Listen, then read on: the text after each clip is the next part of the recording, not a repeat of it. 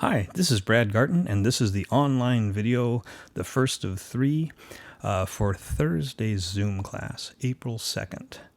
In this one, we're going to be talking about late Romanticism, or what happened, towards the end of the 19th century. But before I get into some of the composers involved, I want to talk about something else, this tonal system, tonality that we've been kind of dancing around, and especially what was happening, with that weird Wagner chord, the Tristan chord we talked about. That, that chord, that chord right there, that was something that they couldn't label it properly, music theorists. It didn't quite fit in the tonal system. Now, the tonal system, of course, is the thing that's been developing, even since the monks, through the centuries, through modal music, through modulation in the Renaissance era, up through rules of counterpoint and the development of equal temperament, and then Viennese classical music with Mozart and Beethoven. And it's the thing we all know, this. If I go,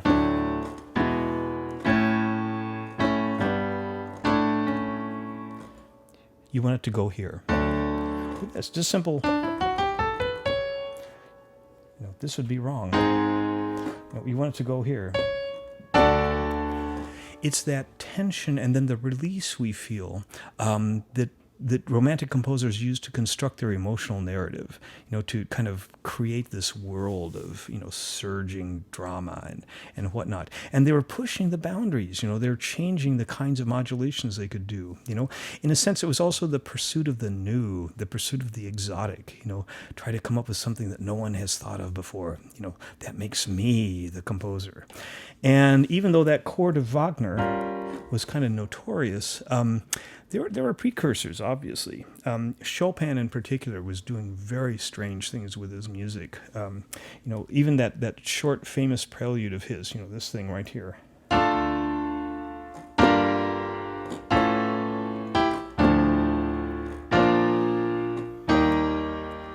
That chord, that's a weird chord, because you've gone from this system, this tonal system, to here, in just a few short modulations. And it's interesting because Chopin did that by drawing upon his Polish roots. He's looking at his the dances and the folk music of his youth. Liszt was doing the same thing with Hungarian music.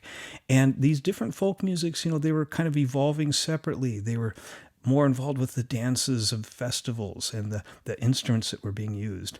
So they could kind of pull that out of their past and use it as a way forward, coming up with these interesting new modulations that sounded pretty good to us, and they made sense of it within that kind of tonal system. But the whole thing was beginning to kind of creak and start to fall apart. Now, along with this identification, Chopin is Polish, Liszt as Hungarian, Wagner obviously as German. That was another aspect of things that were beginning to develop towards the end of the 19th century, this sense of nationalism. What it meant to be a composer with a particular cultural background. Again, this is the Romantic era. It's all about who I am. And who I am was increasingly bound up with where did I come from?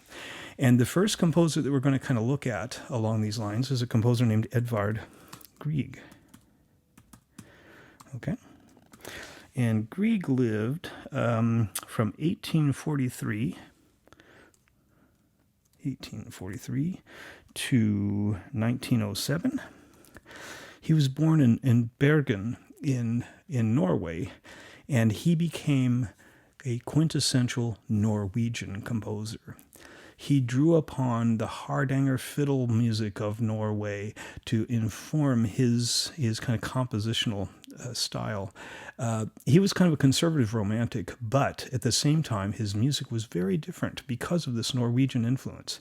And it's not something that people were taking lightly. The King of Norway felt his music was so vital to the soul, to the culture of the Norwegian people, that they gave Grieg a stipend for the rest of his life, pretty good gig, for him to write his music. And a lot of his music was indeed based on Norwegian tales and stuff. In fact, he engaged in what we call, I mentioned this before, program music. This is music that had a particular thing that was being represented. It wasn't the abstract music of Mozart or, some of Beethoven, a lot of Beethoven. This was specific to a story, a tale, a situation. And some of his most famous work came from a series, he actually did 2 of these, a series of pieces called a suite, the Peer Gynt Suite. Now, Peer Gynt was a famous kind of Norwegian folk entity. He's kind of like the quintessential Norwegian. He's this fictitious guy that went around and climbed up mountains and fjords and ate lutefisk and did whatever Norwegian people did, and had all kinds of adventures. And Grieg created pieces kind of like documenting some of those adventures, following the path of the story. And the first I'm going to play for you, these are pretty famous works. You've probably heard this before, but here we go.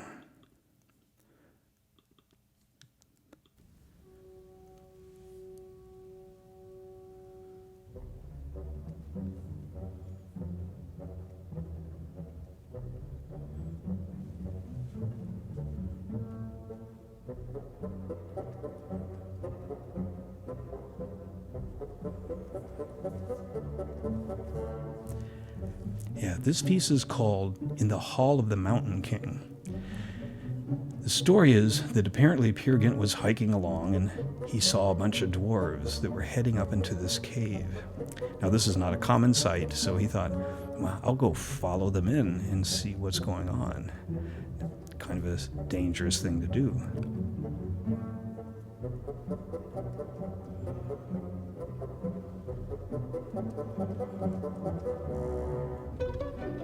When he got inside, they were having some dwarvish festival, and they were beginning to kind of really ramp it up.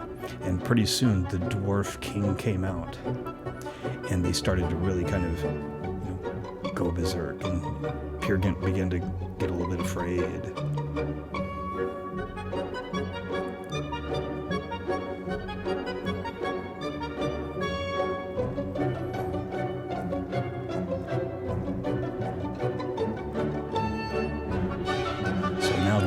Are really starting to really have at it. They're dancing around the fire, and the king comes out. Oh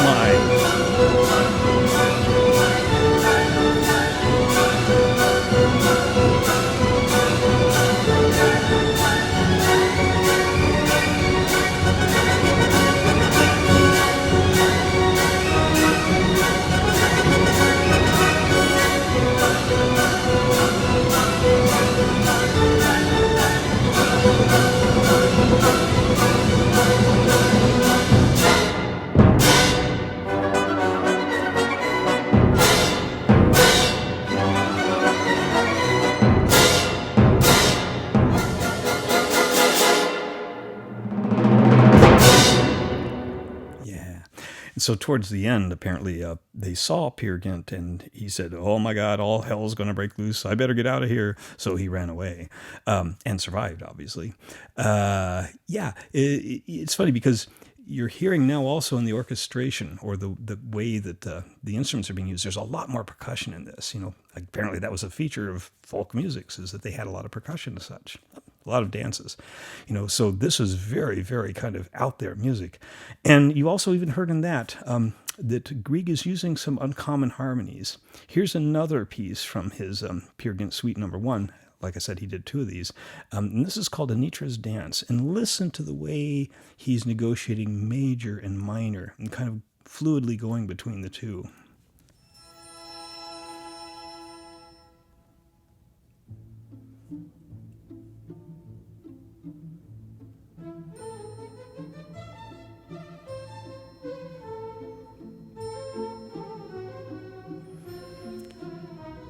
That's kind of an interesting chord there. Yeah, interesting modulation.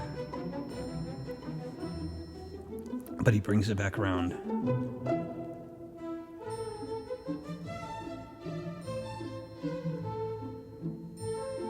You can hear the bell, the percussion, even in this.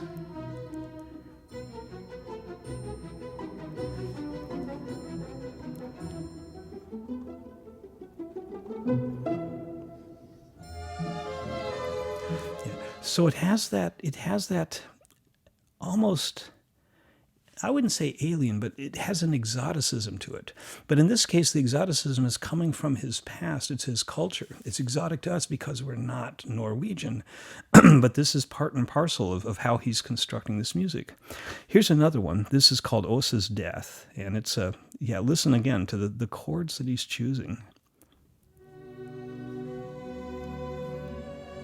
It's a beautiful piece.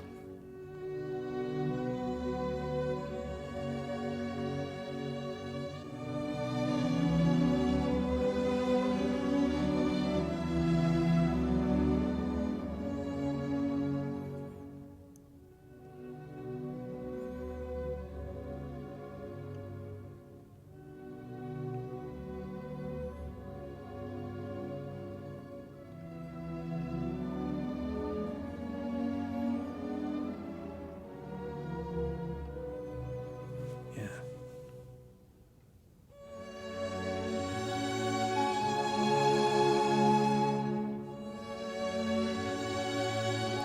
Again, it's major, it's minor. It sounds melancholy, but it just seems like it's just like life. Listen to this chord right here. Oh my. Here it is again.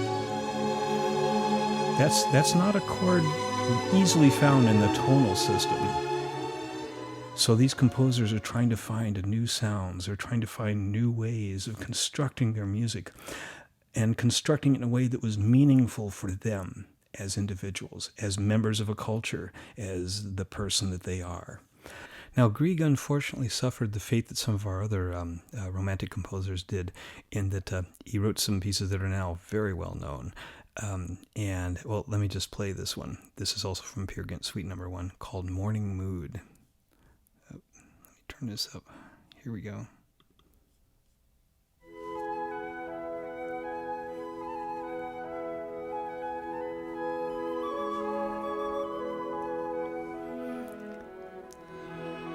Yeah, many cartoons.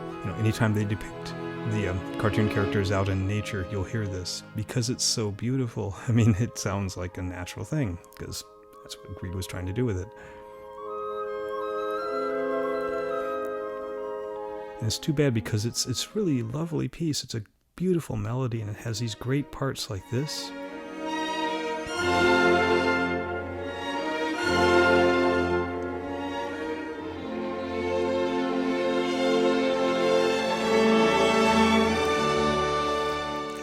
Those nice swelling romantic chords.